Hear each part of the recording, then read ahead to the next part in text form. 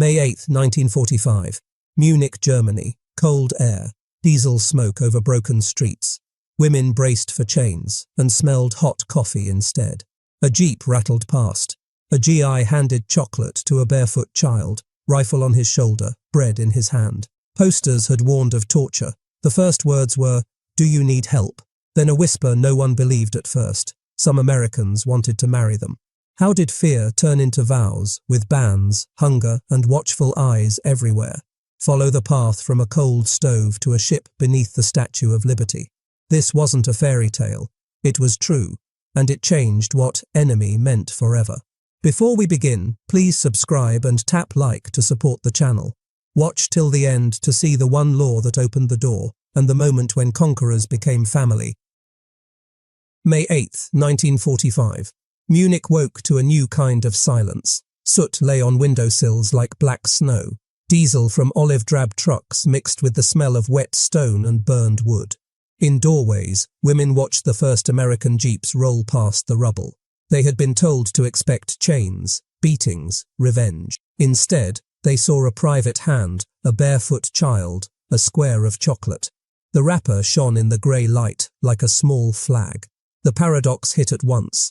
Boots that had helped flatten cities now paused to lift a water bucket. Rifles hung beside sacks of flour. Laughter, awkward, unsure, echoed in courtyards that had heard artillery only days before. "We thought they would punish us," a Munich nurse wrote in her diary. They asked for directions. The city's breath felt cold and thin. Coffee hissed on a field stove somewhere, and the bitter smell drifted through a blown-out window. Orders were strict. Signs on posts warned soldiers not to fraternize. Officers repeated it. No visiting German homes, no gifts, no lingering. Yet hunger softened the edges of every command. In many German cities that spring, official food rations fell under 1,200 calories per day, barely enough to work, often not enough to stand in line without swaying. Bread tasted of sawdust. Soup was thin as rainwater. Outside a Red Cross tent near Frankfurt, women queued with tin bowls, their breath fogging in the cold. A US corporal passed out corned beef and tried to smile. He looked too young for the uniform. The soundscape had changed. No more bombs, no sirens. Only the clank of mess kits and the cough of engines at idle. Swing music leaked from a truck radio, thin with static. It felt wrong and right at the same time. "They look like us," one GI wrote to his mother in June 1945. "They just lost too much." He folded his letter and sealed it with hands that still shook at night. Fear lingered. Doors. Opened a hand's width, and no more. A grandmother checked a soldier's eyes for cruelty, and found only bone-deep tired. A girl took a bar of soap from a gloved palm and hid it in her apron, as if it were a stolen jewel. The conqueror's gifts brought shame and relief in the same breath. This was the second paradox, help that felt like a confession. "If we accept," a widow asked her neighbour, "are we traitors?" No one knew the answer. The war had trained people to fear the wrong choice. Peace asked for choices every hour. Rumours ran faster than trucks. Some said American units shot civilians after dark. Some said they were taking over apartments. Some said they came with candy only to test loyalty. But the days went by, and the tests did not come. A boy in a patched coat learned the word gum. A shopkeeper opened a drawer and found a cigarette there, left by a soldier who had paid and still tipped. The smallest things felt like safety. A bar of soap, a spoon of sugar, a real cup of coffee after 3 years of none. This wasn't propaganda. It was reality. And reality did not look like the posters that had shouted on the walls. The weather added its own lesson. Cold rain stitched through roofs. Snowmelt ran down stairwells and pooled on floors. Mud clung to boots and to hems. A private knocked at a half-hinged door and asked in broken German for a stove to heat his ration tin. A woman held the door and weighed the risks. He stepped in, dripping, and set a dented can over a small flame. The smell rose, meat, salt, grease, and filled the ruined room. He poured her a little coffee from a canteen cup. It was black, bitter, and hot. She took a sip and felt her hands stop shaking. For a few minutes, the war fell away. The official world kept its face hard. Non-fraternization meant no talking, no trading, no smiles that lasted too long. But the human world leaked through the seams. Soldiers asked for street names and got them. Germans asked for soap and got it. Each exchange was a risk stamped by two powers, the army's rules and the body's needs. Hearts cannot be rationed, a chaplain muttered to a colleague, and then said nothing more. He knew that saying it out loud could cost someone stripes. Numbers did not tell the warmth of a tin cup or the ache in a spine. Still, they hovered behind every moment. In Cologne, more than half the homes were damaged or gone. In Dresden, entire neighborhoods were ash and memory. In the American zone alone, hundreds of thousands of displaced people searched for beds each night. The math of ruin pressed on every decision. Who eats? Who sleeps indoors? Who turns away a stranger with a pot of coffee when the rules say you must? A GI stood in a breadline to keep the peace and found himself sharing a joke he barely understood. He felt a small hand tug his sleeve, and he passed down a square of chocolate that had crossed the ocean in a supply crate. The child's eyes widened. The mother's eyes filled. "Why?" she asked in a whisper. He did not have a policy answer. He only said, "Because I can." Later, in a letter, he tried to explain the paradox. We came to defeat them. We are feeding them. Maybe both are right. The day ended with the same grey light it began with. Smoke drifted low. Somewhere a harmonica played, a tune wobbling out of tune and then catching. The city did not trust it yet. But the sound was gentle, and gentleness had become a new language no one had learned in years. Perception had promised torture. Truth handed out corned beef and asked for a dry corner near the stove. The gap between those two things was the ground where something unexpected would grow. The next morning, orders would still be orders. Yet under those orders, the smallest gifts kept moving from hand to hand. Coffee, soap, a place by the fire for a stranger in a wet coat. They felt like crimes. And in a way, they were. But this was only the beginning. The first quiet crimes of compassion that would test every rule set on paper. They called it fraternization.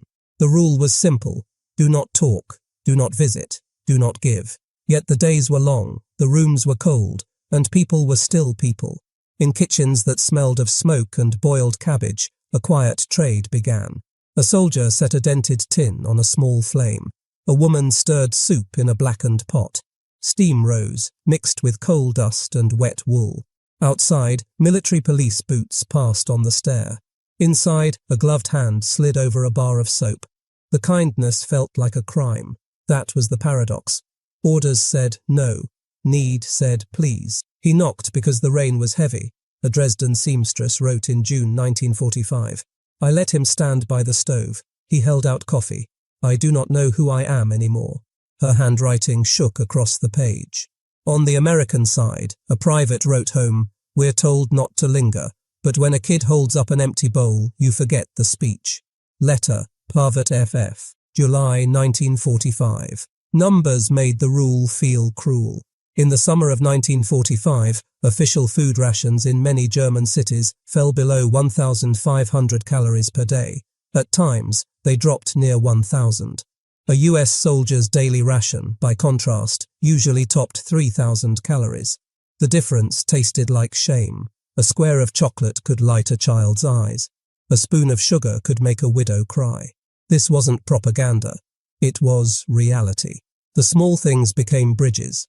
Cigarettes traded for a photograph. Soap for a loaf of coarse bread that smelled faintly of sawdust. A GI tucked a tiny radio on a windowsill and tuned through static until a swing melody found the room. The trumpet sounded thin but bright. Is this allowed? The woman whispered. No, he said, and smiled. But listen. Glenn Miller filled a space bombs had emptied. The radiator clanked, the floor was gritty underfoot, and somebody's heart slowed to a normal beat for the first time in years. The army tried to hold the line. Headquarters pasted circulars to bulletin boards. No unnecessary contact with the German populace. Military police patrolled street corners and cafes. I blew my whistle and told them to move along, an MP recalled. Half the time they were talking about directions. The other half I couldn't tell. We wrote them up anyway. Interview, Sergeant J.L. 1946. Punishment meant extra duty, a fine, a note in a file. But loneliness worked like water on stone. It wore the rule down, 1 hour at a time. There were codes. A spoon held high meant, I have a pot to warm. A palm to the chest meant, I cannot pay. A soldier kept his helmet on in a doorway so he could claim he had never stepped inside. A woman set an extra cup without words. We called them chocolate soldiers, a cafe waitress in Nuremberg said years later. Half teasing, half hoping. Oral history, H. Bauer. The nickname stuck because it carried two truths at once. Conquerors with pockets full of sweets, and men not much older than the boys buried on both sides. Risk was real. Neighbours watched from stairwells. A postcard could be read by the wrong eyes. A smile that lasted too long could bring a warning from an officer. They told us, no smiles, imagine that. A medic laughed without humour.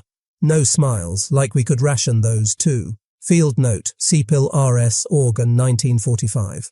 In Europe that year, over 11 million people were displaced. In towns across the US zone, bunkhouses filled, schools reopened in basements, and women queued for coal rations that ran out by dusk. In the middle of this, a private slipped a pair of stockings across a counter. Not vanity, dignity, soft fabric against skin where the world had been all edges. Smell marked these meetings as much as sight.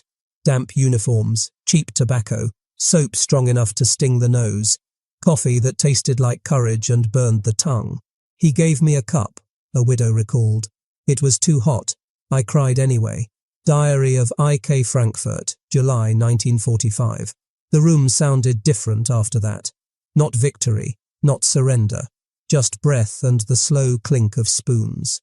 The rules did shift a little. By June 1945, US commanders allowed brief contact with children. Soldiers could hand out candy without fear of a charge. By early autumn, the broader ban started to loosen in practice, even if the paperwork lagged and the warnings stayed loud. In the gap between words on a page and hands at a stove, the human story grew. You can post 100 signs, a chaplain wrote, but you cannot hang them on a hungry heart. Chaplin's letter, September 1945. There were bright, foolish moments. A harmonica on a stair landing. A GI showing a girl how to throw a baseball with gentle wrist flicks. He said, home, and she understood without translation. There were darker moments too. A woman accused by a jealous neighbour, a patrol that turned a blind eye on Tuesday and wrote up the same pair on Wednesday. Mercy was uneven. So was judgment. It was like walking on ice, one veteran said. You didn't know where it would crack. Interview PFC AM 1950. But the crossings kept happening. A soldier hauled a water kettle with a woman who could not lift it alone. A German teacher corrected a private's mangled phrase book. He said Danke with care and she smiled in spite of herself. Each act was a thread. Threads, when there are enough of them, hold weight. The old posters had warned of monsters. The doors had opened to tired boys who smelled of soap and gasoline. Perception said danger. Truth set a radio on a sill and tuned for joy. The whisper spread. Some couples were more than kind. A look held longer. A name was learned, then a street, then a promise to come back tomorrow. Letters started in pencil on scavenged paper. I liked your laugh, one read. I am not supposed to say that. Note found among effects, US Zone, 1946. A beating heart is stubborn. It ignores memos. By night, the city still creaked and sighed. Roofs leaked. Boots left damp prints on worn stairs. Somewhere an MP scribbled a time and a place on a clipboard. Somewhere else a private folded a scrap of paper and tucked it in a pocket over his own pounding chest. The paradox held. The forbidden thing was not contraband, but care. But this was only the beginning. The rule book would not stay the same for long, because reality was already forcing every line to bend. By summer 1945, the signs still screamed no. Do not talk, do not visit, do not give. Yet in streets that smelled of coal smoke and wet stone, life kept saying yes. A private asked a teacher for the word for home. A woman showed a soldier where the well still worked behind the broken church. The paradox grew sharper. The stricter the ban felt on paper, the softer the rooms became in real life. Commanders tried to keep order. They posted new rules. In many towns, small changes came fast. First, children were allowed a smile and a sweet. Then short talk in public was no longer a crime. By September 1945, in much of the American zone, a soldier could speak to an adult in a street or a shop without risking charges. By late autumn, the warning softened again. The rules were still there, but the edges dulled. "We were told to be firm on paper and human in person," an MP said later. "It's a strange way to write a rule." Interview, Sergeant L. Green, 1946. Numbers pressed on every decision. In 1945, well over 1,000 US troops still stood in Europe. Barracks were full, so were train cars and depots. The hunger line was long on both sides of the counter. German civilians in many cities lived on 1,000 to 1,200 calories per day through the winter of 1945 to 46, the hunger winter. A GI ration topped 3,000 calories. You could see the math in faces. "You can order a man not to share," a chaplain wrote, "but you cannot order him not to notice." Chaplin's note, October 1945. Letters began to move. At first they were scraps, pencil on grey paper, a name, a corner, a time. Then they grew into pages. The Army Postal Service sorted mail in long rooms that smelled of ink, oil and damp wool. Rubber stamps thumped the same words all day. Passed by Army Examiner. Across the war, that service handled more than 2 billion pieces of mail. In 1945 alone, millions of letters crossed oceans. He wrote, "I will come at noon," a Frankfurt widow recalled. "The censor let it pass. I made soup from carrots and hope." Diary of L. Weiss, December 1945. This wasn't propaganda. It was reality. Censors did their job, but they were human too. "We cut out secrets," one examiner said. "A bridge, a unit number. We left in the parts about songs and bread." A.P.O. Clark, Oral History, 1947. You could hear the typewriters like rain, steady, tapping, filling the room with a new kind of thunder. You could smell the glue on envelopes. You could feel the rough paper under your thumb. A letter was a hand you could hold when hands were not allowed. Officers watched as the gap between rule and life widened. They wrote up a private for carrying a baby down a stairwell, then thanked him when no one else could reach the mother in time. They warned a sergeant for buying extra coal for a widow, then asked him to keep an eye on her block because he knew every door. "Hearts cannot be rationed," the chaplain had said. Discipline tried to keep pace and fell a step behind. Rumours of marriage sounded like a bad joke at first. "A GI marrying a German?" one captain scoffed in October 1945. "On whose authority?" Staff note, US Zone Headquarters. Yet permission slips began to appear on desks, one by one. A form with a name scribbled in the margin. A request to visit a registry office. A question no one had an easy answer for. If the war is over, is love still forbidden? Outside, the seasons turned. The air carried the cold iron smell of snow. Radios buzzed with static and bits of swing that made children sway in doorways. "He played a tune I did not know," a shop girl in Cologne wrote. "He called it a foxtrot. We laughed because our shoes were too thin to dance." Memoir of E. Kruger. Laughter in a ruined shop was its own kind of law. It said, "We are still here." It said, "We are learning a new language, and it is made of small mercies." Policy moved in the same slow way a crowd moves. Stop, start, pause, drift. In some towns, a pair who spoke on Monday got a warning. By Friday, the same pair got a nod. "We had a rule and a reality," an officer admitted. "We lived in the space between them." Captain R. Avery. Report, November 1945. That space filled with soup, soap, and music. It also filled with risk. A neighbour's stare on the stairwell. A sudden knock from military police. A file note that could end a career. Yet even risk could not stop what the long months started. A soldier in Bremen folded a page. "I don't know what to call this. Friendship? Forgiveness? It feels like both." Letter, Padet J.O. Yanda 1946. A woman in Nuremberg tied her hair with a ribbon she had not worn since 1939 and wrote, "Today I smiled at noon." Postcard, Monsieur Vogel. The hard world did not soften all at once, but the ice underfoot began to crack in a good way. Water moved. It sounded like a new season. The army faced a choice. Keep punishing what kept people human, or make a path for it. In December 1945, a law in Washington opened a small door for soldiers' foreign wives to come to America. At first, that door was narrow. It would widen in 1946-47 to include those once called enemy. Paper caught up to life, slower than hearts, but faster than rumour. Ink, stamps and signatures would now decide what feelings had begun in ruined rooms. The smell of coffee and the sound of typewriters would meet on one form. The next step was not a secret knock or a shared stove. It was a question written in clear block letters. Will you come? What they saw next would turn quiet kindness into legal passage. Law, paper, and a crowded ship pointed west. Washington wrote a sentence.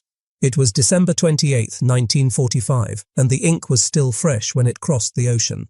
The War Brides Act said, a U.S. soldier's wife and small children could enter America outside the tight quotas. On paper, it looked simple. On the ground, it felt like a door cracking open in a wall of rules. At first, that door did not open to enemy aliens. Then new laws widened it. In June 1946, Congress passed a Fiancé Act that allowed up to 15,000 foreign fiancés to come and marry in the United States. In 1947, amendments and orders made it possible, at last, for German and Japanese wives, once the enemy, to follow their husbands. This wasn't propaganda, it was reality, and it began to move kitchens and hearts. The paradox was sharp. The same army that had posted, "Do not fraternize," now handed out forms that said, "Petition to marry." Not handcuffs, but wedding rings. Not a prison cell, but a waiting room that smelled of disinfectant, wet wool and old paper. They put me in a chair under a bright lamp. A woman from Cologne remembered. They asked if I had ever worn a red armband. I said no. They asked if I knew someone who had. I said everyone did. Interview. G. Richter, 1946. Paper ruled everything. There was the denazification questionnaire, the Fragebogen, with 131 questions about clubs, jobs, neighbours and oaths. There were medical forms, chest x-ray for tuberculosis, a blood test for syphilis, a quick exam under a doctor's cool fingers. There were fingerprints, passport photos, and a small visa number typed with careful hands. They stamped my paper with a sound like a hammer, one bride wrote. I thought, this sound is my bridge. Letter, H. Muller, 1947. The rooms where this happened were not grand. Bare bulbs hummed. Typewriters tapped like rain on a tin roof. In Frankfurt, the consulate line ran down a hallway that smelled of chalk, dew, sate and coal smoke. A clerk slid a stack of forms across a desk. Do you read English? He asked. A little, she said. He pointed to the blanks. Name, date, place, spouse's unit. He's with transport, she said, proud and scared at once. A nurse pinned a number to her coat and checked her vaccination scar with a thumb that smelled faintly of iodine. Men faced paper too. A private who once carried a rifle now carried affidavits, pay records, and a chaplain's letter. He stood at attention in front of a colonel to request permission. Sir, I want to marry. Silence. Then a sigh. You remember where we've been? The colonel asked. Yes, sir, he said. That's why. Memorandum, 1946. The file moved to a new stack. Ink dried. A path formed. Numbers gave the path weight. The War Brides Act became law on December 28, 1945. The Fiancé Act followed in June 1946 with a cap of 15,000 entries. By 1950, over 100,000 war brides from Europe and Asia had reached US shores. More than 14,000 of them were German women who would later become American citizens. Each number was a face, a suitcase, a heartbeat. We were counted like packages, one woman joked. At the end they called me Mrs., and I cried. Oral History, I. Weber, 1948. The road to the ship ran through transit camps. Bremerhaven became a last stop. Quonset huts lined the docks. Inside, rows of metal cots creaked when someone turned. The air carried salt, diesel, and the sweet, sharp smell of rope tar. Children were weighed and measured. Babies cried at the sting of a vaccination. A Red Cross worker poured tea that tasted thin but warm. They wrote my name on a tag and tied it to my coat, a young mother said. I felt like luggage and like a person at the same time. Interview E. Vogel, 1947. Ships that had once carried soldiers now carried wives and toddlers. That was the next paradox. Troop transports turned into wedding ferries. A general class transport could hold more than 1,000 passengers. Bunks stacked 3 high, canvas stretched tight, 26 inches wide, an arm's length from the next life. Steel stairs were cold under thin soles. The horn bellowed, deeper than a church bell. Salt and diesel, one bride wrote in pencil as the dock fell away. The sea took us like a train without tracks. Diary, K. Hartman, 1947. Below deck, the air was hot and close. Soup sloshed in tin bowls. Someone laughed too loudly. Someone else vomited into a paper bag and then laughed too, because it was that or cry. The ship doctor walked a narrow corridor, his bag clicking against his knee. "I have aspirin," he said, and it sounded like a promise. On the aft deck, in a patch of wind, a woman pressed her palms to the rail until the cold bit her skin. Germany shrank to a line, then to a bruise on the horizon. "I left with a coat, a photograph and a word," she said later. Home. Oral History, L. Brandt, 1951. Not everyone sailed at once. The paper flood slowed when a name did not match, when a medical check needed a second look, when a clerk went on leave and a file slept in a drawer. "We waited 3 weeks, a bride recalled. Then a man in a cap read my name like it belonged to him. I stood up so fast I left my scarf behind." Letter, R. Schaefer, 1947. Waiting did not feel like peace. It felt like a test you could not study for. You slept in your coat. You kept your documents under your pillow. On deck at night, the ship cut a pale path through black water. The stars looked close enough to touch. A woman tucked a folded ration card inside her passport, as if it were a charm. A friend showed her a magazine ad for a washing machine, and both laughed until their sides hoo. Photo. "Do you think it's real?" the friend asked. "I think something is," she said. "Maybe not the ad. Maybe the smiles." The wind took their words and scattered them like seeds. Back in offices along the Rhine and Main, clerks cleared more files. Stamps thudded. The rubber left a wet ring that dried into certainty. Hearts had made the first step at stoves and in doorways. Law made the next step on paper and steel. The journey was no longer a rumour. It was a timetable. The harbour lay ahead. So did a small chapel and a city of lights that would blind and then bless. What they saw next would shock in a new way. Abundance, where they had expected suspicion. Vows in a language still strange. And a country that smelled of hot bread and new paint. The ship would find the river mouth, and the city would rise. Harbour, chapel, city. The ship slid into New York Harbour at dawn. Salt stung the air. Gulls screamed and circled the mast. Diesel and coffee smells mixed on the wind. Women in coats lined the rail and stared as a green figure rose from the fog, the Statue of Liberty, torch bright against a pale sky. Some lifted hands to their mouths. Some waved to no one. "I thought they would send me back," one bride said later. Instead, they waved and held flowers. Oral History, L. Brandt, 1947. On the dock, soldiers stood in neat rows, uniforms pressed, caps straight. Rifles were gone. Bouquets and paper envelopes took their place. That was the paradox again. The hands that once carried weapons now carried roses. A band played a shy tune. The ramp rattled under thin soles. The first American sound on land was not a command, but the hiss of steam from a cart and the thud of luggage on wood. Processing came first. At an army post near the harbour, clerks checked documents in rooms that smelled of wet wool and ink. Stamps hit paper like small hammers. Name, age, unit, visa number. A nurse's hands were cool. "We take you by bus," a sergeant said. "We get you fed." A crossing often took 10-12 days on a general class transport. Those ships could carry over 1,000 passengers at a time, and New York piers handled hundreds in a single morning when the schedule stacked. It was like a train station on water, a port clerk recalled. Interview, J. McCabe, 1947. This wasn't propaganda. It was reality. Some couples married that same day. The chapel was small, white walls, a wooden cross. The air was warm from many bodies and smelled faintly of wax and starch. A chaplain spoke a simple vow again and again. "I married couple after couple until my voice went soft," he wrote. They cried more in relief than in joy. Chaplain R. Moore, Letter, 1947. Rings felt heavy though they were plain. A dress was a borrowed coat. A bouquet was 2 carnations wrapped in newsprint. When he said, "You may kiss the bride," laughter spilled like light through a window no one had noticed. Outside, the city hit like weather. The street roared.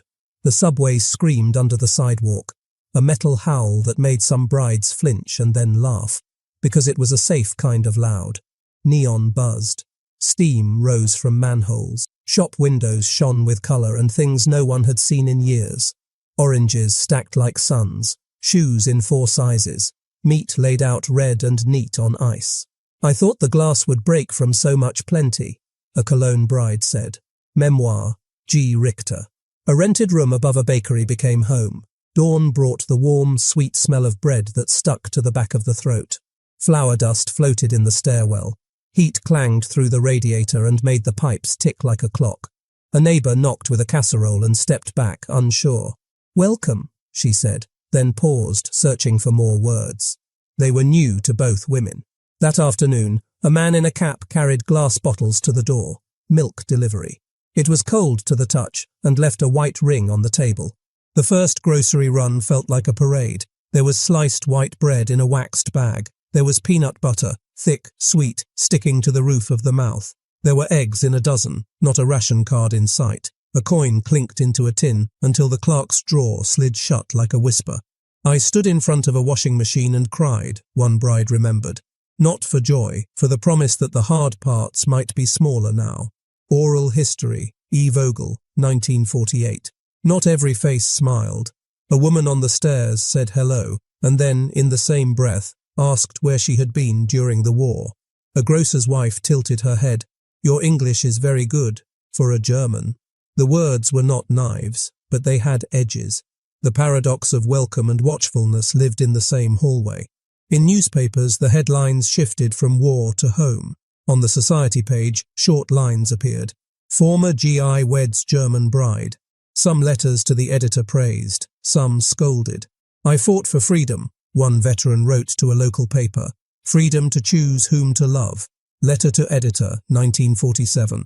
Numbers gave shape to what the city was now seeing each week. By 1950, more than 14,000 German war brides would become American citizens, part of over 100,000 war brides and children from Europe and Asia who entered under special laws after the war. A single week could bring several ships, each carrying more than 1,000 passengers. Bus convoys rolled from the piers to army posts and train stations, tires humming on wet pavement. Clerks worked past midnight, fingers stained purple with carbon paper.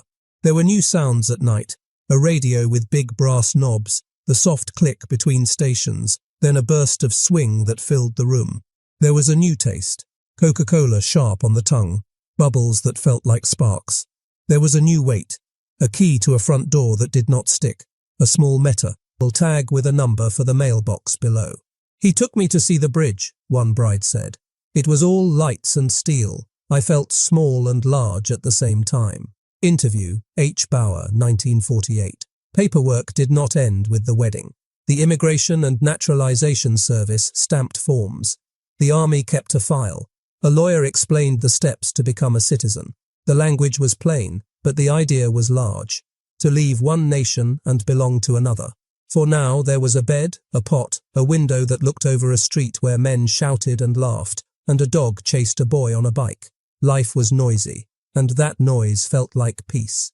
Across the river, the skyline burned gold at sunset. The room above the bakery grew warm, then too warm, then quiet as the oven cooled. A bride placed a photograph on the dresser, a farmhouse in winter, a dog, a man with his arm raised as if to say, "Wait, I have more to tell you." His voice came from the hall. He carried groceries in both arms. "You'll like this," he said, and held up a can of peaches. She did.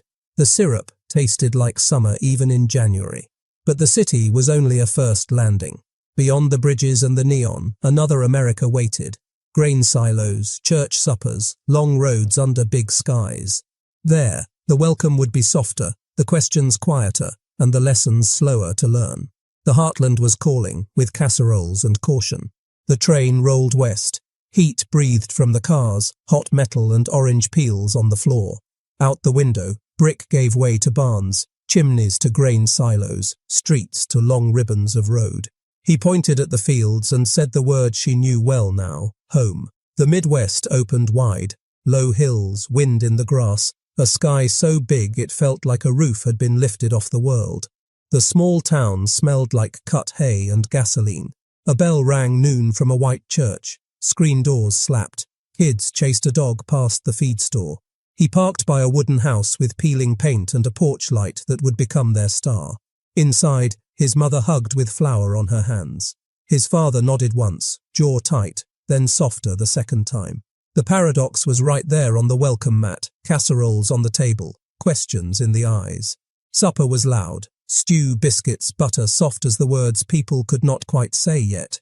"We're glad you're here," his mother said and slid a pie across the table. A neighbour stopped by with a dish, then asked, as if the question rode beneath the cloth, "Where were you during the war?" She held her breath, then let it out slow. "Hungry?" she said. The room shifted. Someone laughed. Someone wiped an eye. This wasn't propaganda. It was reality. Sundays were for church and chairs in a row. The hymn book paper felt thin, almost see-through. Voices rose, rusty at first, then strong.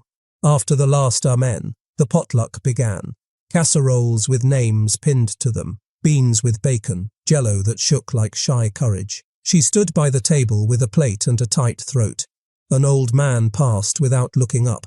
Later he stopped, stared at his boots and said, "My brother.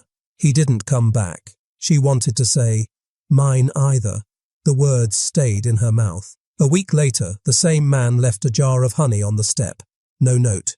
Just the jar, catching the sun. Ork had a rhythm. Wheat in summer, corn high by August, fence posts set straight along the road. Dust stuck to sweat and made a film on the skin that tasted like salt. The combine rattled over ground that had fed 3 generations. Kansas alone planted over 10 million acres of wheat in the early 1950s. Harvest crews could run late under lights. Bugs throwing themselves at the glow. She learned the sound of a long day. The engine cut, the field fell quiet, and crickets started up like 1,000 tiny clocks. Home had new tools. A wringer washer thumped like a steady heart. A radio on the counter glowed warm, its dial a small moon. She twisted the knob and found swing, then a farm report, then the weather. Chance of rain? North counties. The smell in the kitchen was flour, coffee, and something sweet cooling by the window. She taught herself to say howdy without flinching. Neighbours taught her that a pie on the porch meant, "You belong." Not every door opened. The grocer's wife tilted her head. "You talk good English," she said, and then added a small edge, "for a German." The words stung, then dulled, then became a story she told herself when she needed to be brave. "They don't know me yet," she would whisper, while tying her apron. A clerk at the county office stamped a form and smiled without his eyes. A boy on a bike shouted, "Say something in German." She said the word for bread. He repeated it badly and grinned. Motherhood softened the borders. When their baby arrived after a long night, the doctor's hands were quick and sure. The morning smelled like antiseptic and oranges. Word ran faster than the mail. By afternoon, casseroles lined the counter, blankets piled high. A tiny Bible slid under the door with a note. "For your girl." When the baby came, "They forgot what I was called," she said years later. Oral history. C. Allen, 1983. A name replaced a label. A.L.S.O.O. Little hand wrapped around a finger and refused to let go. Paperwork still mattered. A year turned, then another.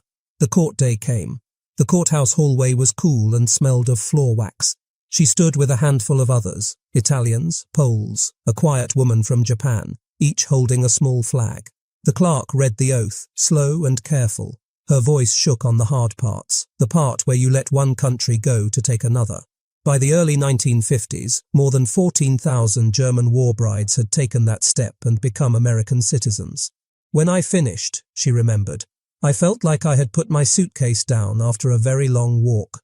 Court oath, 1952. The numbers behind small-town peace hummed like power lines. Grain elevators took in hundreds of bushels in a single hour, the auger whirring like a saw. The GI Bill helped the couple fix the roof and buy a second-hand truck. Bankers in the county said yes more often to a veteran with papers in order. The school took their daughter in at 5. She came home with a crayon drawing, 2 flags and a house with a square sun. "This is us," the child said. "We have 2 songs." The lullaby at night proved it. 1 soft line in English, 1 soft line from before, stitched together like a quilt. Evenings were for the porch. Fireflies blinked over wheat like stray embers. The air smelled of cut grass and rain far away. He would say, "You are the bravest person I know." She would answer, "No, just the hungriest." He understood. Hunger for peace, hunger for mercy. The same hunger that had started with a cup of coffee in a cold room and now tasted like apple pie cooling on a sill. There were still hard days, a letter from home with bad news, a stare that lasted too long at the post office, a memory that walked into the room uninvited and sat down at the table. When that happened, she put on water for coffee and reached for the softest thing she owned. Her child's sweater, small and warm from the lie. Day. The town learned her the way people learn a road, by driving it in every weather. She learned the town the same way. After a while, the fears on both sides got tired and sat down. What rose in their place were ordinary things: mow the yard, fix the hinge, bring a pie, wave at the mailman, show up at the school play. Ordinary is not small, it is strong. But the private life would not stay private forever. Newspapers were already writing short notices. A local radio man asked if she would say a word on air. And in the mid-1950s, a film crew pointed its lens at families like hers and asked the question towns had stopped asking out loud. What happened next turned porches into stories and neighbours into a national lesson. The camera was coming to the heartland. The film truck came down the gravel road in late summer 1955. Dust rose behind it like smoke. The crew carried metal cases and lights that gave off heat like small suns. Cables snaked across the yard. A boom mic hovered above the porch swing. The camera whirred, steady and patient. The same kind of lens that once filmed tanks and fire now looked at a kitchen table with a pie and a baby's rattle. That was the paradox. The war's tools were here to record peace. They set up in the living room. The bulbs made the air warm and a little sticky. The house smelled of coffee, waxed floors, and cut apples. "Just talk natural," the man behind the camera said. "Tell us how you met." He wiped sweat with his sleeve. A neighbour watched from the doorway, hat in hand. The old man who never shook her hand the first year sat on the edge of a chair, eyes lowered. He had left a jar of honey on the step weeks ago. Now he had brought himself. He asked the first question. "Did they hate you?" His voice cracked. "I came here afraid," she said. "I found neighbours." The room went still. You could hear the hum of the lights and the click of the camera gate. "Say it once more," the director whispered. She did, slower. The words felt simple and heavy, like wet laundry lifted from a tub. This wasn't propaganda. It was reality. The country was ready to watch. By 1955, more than half of American homes had a television set glowing in the evening. A living room in Kansas looked like a living room in Ohio, in Oregon, in New Jersey. Grey light on faces, voices floating from a box, stories arriving on schedule. "We tuned in every week," a viewer wrote to the station. "My husband fought in Europe. He said, 'Let's see how it turned out.'" Letter to station, 1955. The camera brought the porch to strangers and turned strangers into neighbours. The show aired on a Thursday night. The town gathered in play. Says that smelled of popcorn and dust. The school gym, the feed store with a set in the window, living rooms with kids cross-legged on the rug. The projector in the gym rattled. The TV tubes buzzed and warmed the air. On screen, wheat bent under wind. A small house glowed at dusk. A veteran looked into the lens and said, "I married the future." His wife said, "I was called the enemy. Then I was called Mom." In that moment, the word enemy shrank to a label that no longer fit. Numbers sat under the pictures like a quiet floor. By 1950, over 100,000 war brides and children from Europe and Asia had come under special laws. More than 14,000 were German women who would later take the oath and become American citizens. A host read the figures in a calm voice. "These are not cases," he said. "These are families." Program transcript, 1955. Some viewers shook their heads. Others wiped their eyes. The child on screen, chasing fireflies, looked like any child anywhere. Not all male ran kind. The station kept 2 stacks. One said, "Thank you." One said, "How dare you." "My boy died at Bastogne," a father wrote. "I cannot forgive." Another letter in a thin, careful hand said, "I survived Dresden. Your broadcast made me brave." Viewer mail, 1955–56. The paradox stayed. The same hour of television could reopen pain and also lay a hand on it, gentle and warm. Reporters came too. In 1947, the headline had read, "GI weds German girl," small on page 5. By the mid-1950s, the story moved up the page and lost the word German. It read, "Local family welcomes new baby." The change looked minor. It wasn't. "They stopped calling me the enemy wife," one woman said. "They started calling me by my name." Interview, I. Weber, 1956. The camera also travelled back across the ocean. Newsreels in Europe showed American kitchens full of light and noise. In a Frankfurt cinema that smelled of cigarettes and raincoats, women watched a screen mother set a pie on a sill and a father mow a yard, as if peace had always been there. "The film looked like a promise," a viewer said later. "It said the war had a different ending than we feared." Oral history, Monsieur Hahn. The same lens that once sold fear now sold mercy, but it did not feel like selling. It felt like seeing. Schoolrooms became small studios of their own. PTA minutes noted bake sales and choir practice. Names with umlauts and names with farm nicknames sat on the same lines. A teacher held up a class roll of 28 and pointed to a stat on a map. "Our town has 3 families like this now." 3 is not a big number. It is big enough for a playground to change. "At recess, we learned to count to 10 in 2 languages, a classmate remembered. "No one told us to. We just asked." Reunion booklet, 1979. Smell and sound anchored the new memory. Film stock had its own scent. Vinegar sweet when it aged, clean and chemical when new. Projector belts whined. TV sets ticked and smelled faintly of warm dust after you turned them off. Kitchen radios kept up their daily work, their glow and crackle linking mornings to nights. Everywhere the same quiet detail returned. A cup of coffee set in front of a guest, a hand on a shoulder, a child's voice calling 2 parents by the same name. There was still grit. A hard comment at a county fair. A door that opened only after the 3rd knock. A church vote that failed before it passed the next year. The camera could not fix every heart. It could show one. "I saw her on TV," the old man told the crew when they wrapped. "I liked her better in person." He smiled like a schoolboy caught out. He meant, "The screen helped me see WWII." Hat was already true. The film crew packed. The cases clicked shut. The porch cooled when the lights went off, and the house felt bigger in the dark. The little screen in 1,000 homes kept glowing. Other families watched and saw themselves. A nation watched and saw something else. Not victory banners, but ordinary days, stacked carefully, strong as bricks. But pictures fade. Bulbs burn out. What lasts is not the broadcast, but the way people live after the camera leaves. The slow, stubborn work of mercy that writes itself in children's voices and harvest light. What came next was larger than a town or a show. It would spread across years and borders, a legacy that remade how enemies remember each other. Time passed, and the story widened. It moved from one porch to 1,000, from one field kitchen to whole cities, from one couple to a crowd with strollers and school bags. The same hands that once held rifles now pushed swings. The same streets that once shook under tanks now echoed with bicycles and jump rope songs. This was the last paradox and the clearest. The engine of war had brought people together who then chose peace. They had come as conquerors.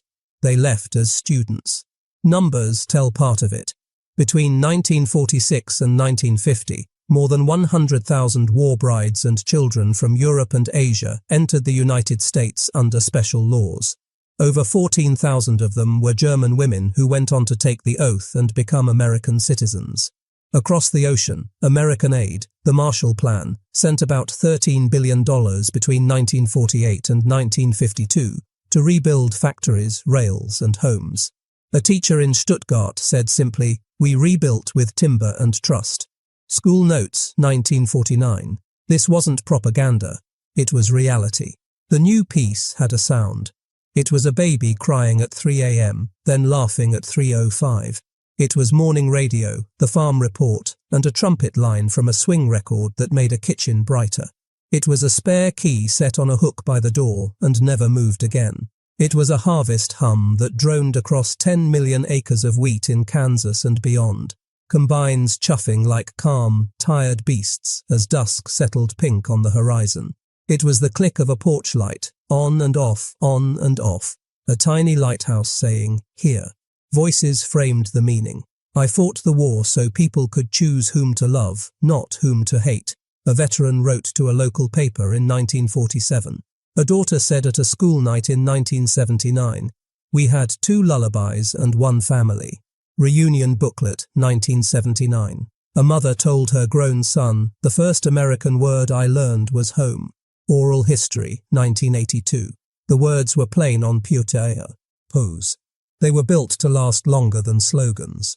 Memory did not vanish, it softened. Old men who would not shake hands in 1946 carried jars of honey to doorsteps in 1955 and said nothing but, "For you." Women who once hid soap in their aprons now taught church bake classes and slipped sugar to anyone new in town. In Europe, a widow wrote to her sister in America, "My block has windows again. Children no longer flinch when a truck backfires." Letter, 1951. Pain still rose on some days and sat heavy at the table. Mercy learned to make room for it. Mercy sat beside it and poured coffee. Television helped stitch the map. By 1955, more than half of US homes had a glowing set. The same lens that once filmed fire now filmed pies, handshakes, and bedtime stories.